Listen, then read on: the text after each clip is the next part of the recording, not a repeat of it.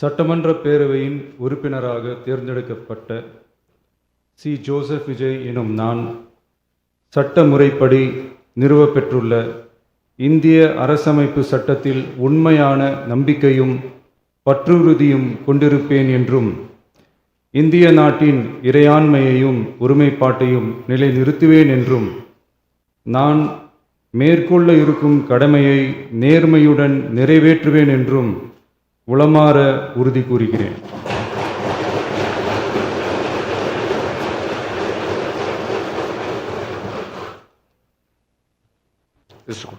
திரு உதயநிதி ஸ்டாலின்.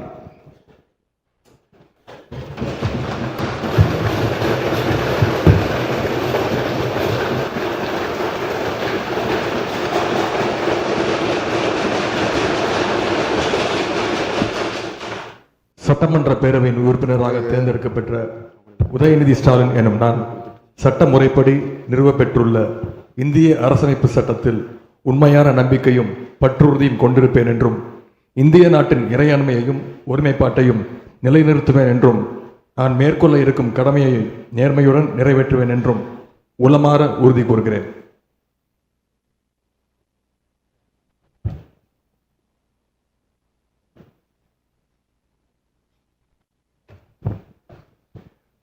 மாண்புமிகு திரு எடப்பாடி கே. பழனிசாமி.